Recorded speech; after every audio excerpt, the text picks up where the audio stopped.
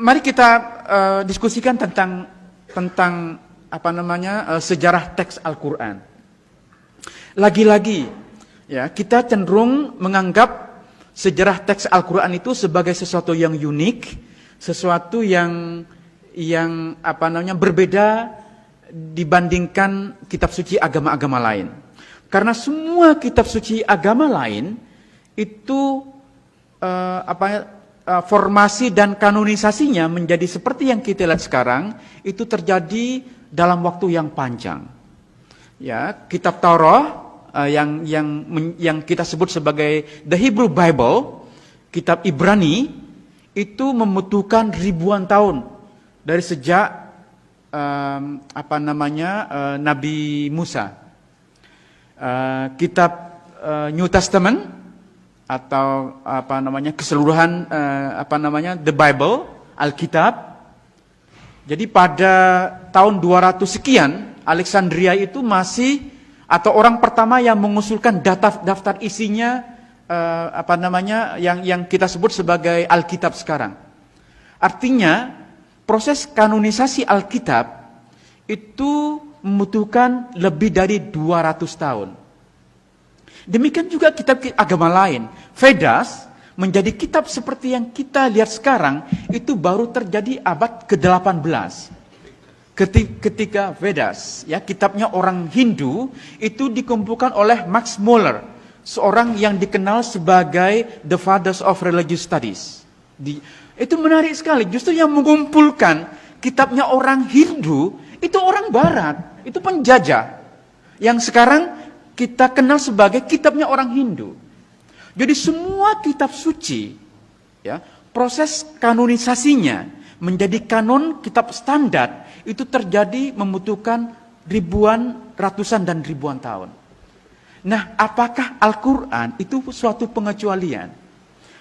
Seberapa yakin kita bahwa Al-Quran teksnya sudah fix seperti yang kita lihat sekarang itu pada periode Abu Bakar dan Utsman bin Affan.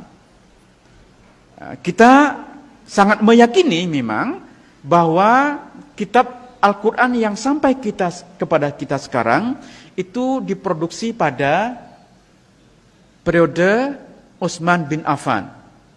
Ya, itu keyakinan kita.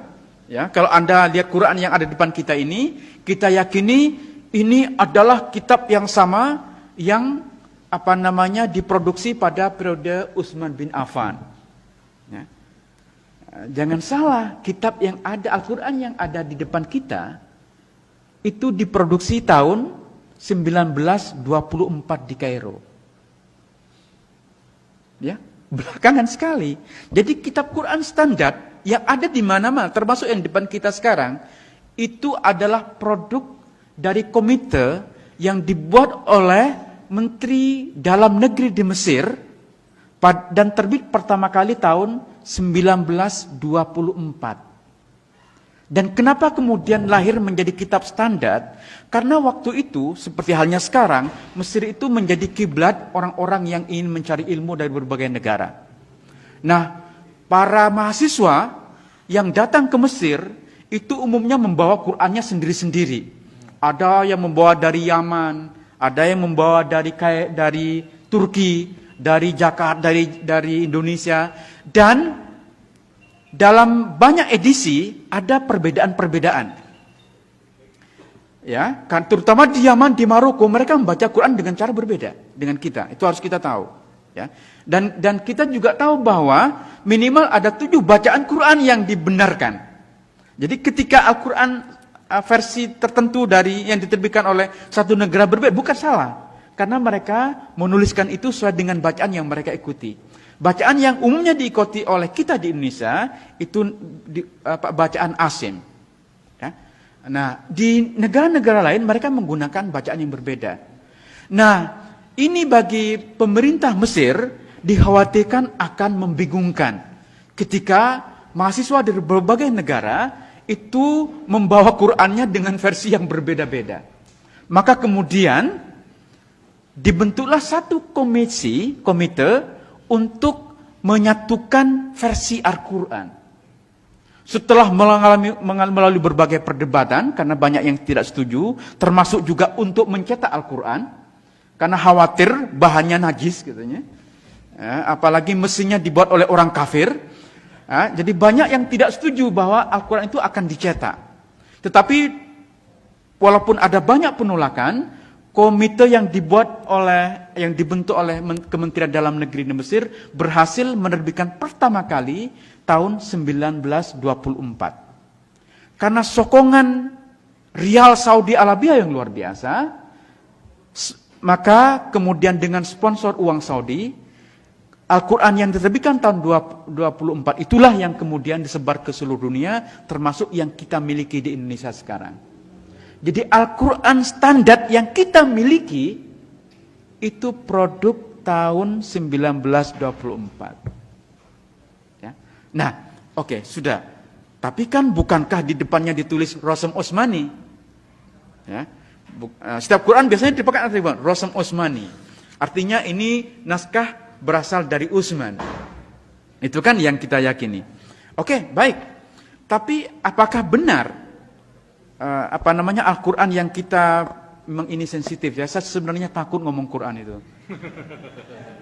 Iya, atau kita skip Qurannya, karena ini kitab suci yang paling sensitif kita omongin. Ntar saya dibilang ini kok mengkritik Al-Quran. Saya tidak mengkritik Al-Qurannya ya. Ini harus Anda pahami.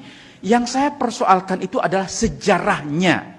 Sejarah teks, pemahaman historis kita tentang bagaimana Al-Quran ini terbentuk. Jadi jangan salah, nanti ada yang ngutip, ini katanya orang lahir di barat, ngajar di barat mengkritik Al-Quran. Tidak benar, saya tidak mengkritik Al-Quran. Yang saya persoalkan adalah pemahaman historis kita tentang bagaimana Al-Quran sampai kepada kita sekarang. Itu yang menjadi concern saya. Ya. Jadi seperti halnya kitab-kitab suci agama lain, Al-Quran pun sebenarnya formasinya atau kanonisasinya menjadi kitab yang ada sekarang, itu terjadi secara gradual. Dengan merujuk kepada sumber-sumber kita sendiri, kita sebenarnya juga dihadapkan kepada gambaran tentang kanonisasi teks Al-Quran yang tidak sesederhana yang kita bayangkan. Kalau Anda baca kitab Ibnu Abi Daud Al-Sijistani yang berjudul Kitabul Masahif, ya, bahkan judulnya saja menarik, Kitabul Masahif. Artinya Masahif itu jamak dari mushaf. Artinya lebih dari satu mushaf, ada banyak mushaf. Ya. Nah, Al-Sijistani ini bercerita tentang inisiatif dari khalifah kelima dari Bani Umayyah, namanya Abdul Malik bin Marwan. Jadi Abdul Malik bin Marwan, khalifah kelima dari Bani Umayyah, bersama gubernurnya di Irak bernama Hajjaj bin Yusuf, mereka berdua membentuk satu komite untuk mengedit Al-Quran.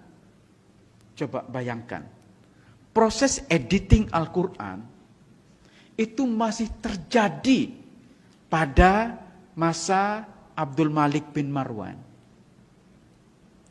Dan di antara anggota komite yang dibentuk oleh Abdul Malik bin Marwan ini, mereka berjumlah 6 orang, itu terjadi perdebatan tentang bagaimana ini dibaca, apa yang perlu dimasukkan, apa yang tidak dimasukkan. Ya memang, ya ini kitab suci kita ya, masa iya Quran diedit gitu.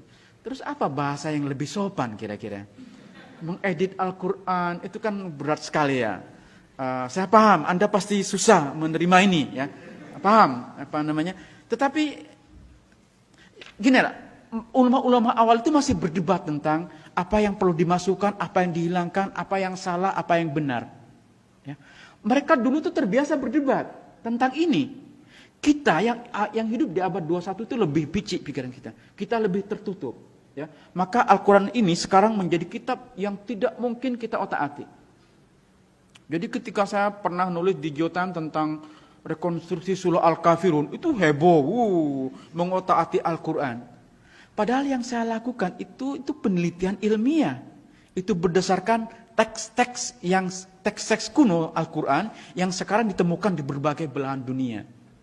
Jadi yang saya tulis itu berdasarkan kajian yang saintifik, yang didasarkan kepada teks-teks Al-Quran kuno yang kita miliki sekarang. Itu bukan ngebul, itu bukan, ya memang mengotak-atik Al-Quran, tapi bukan kritik terhadap Al-Quran ya.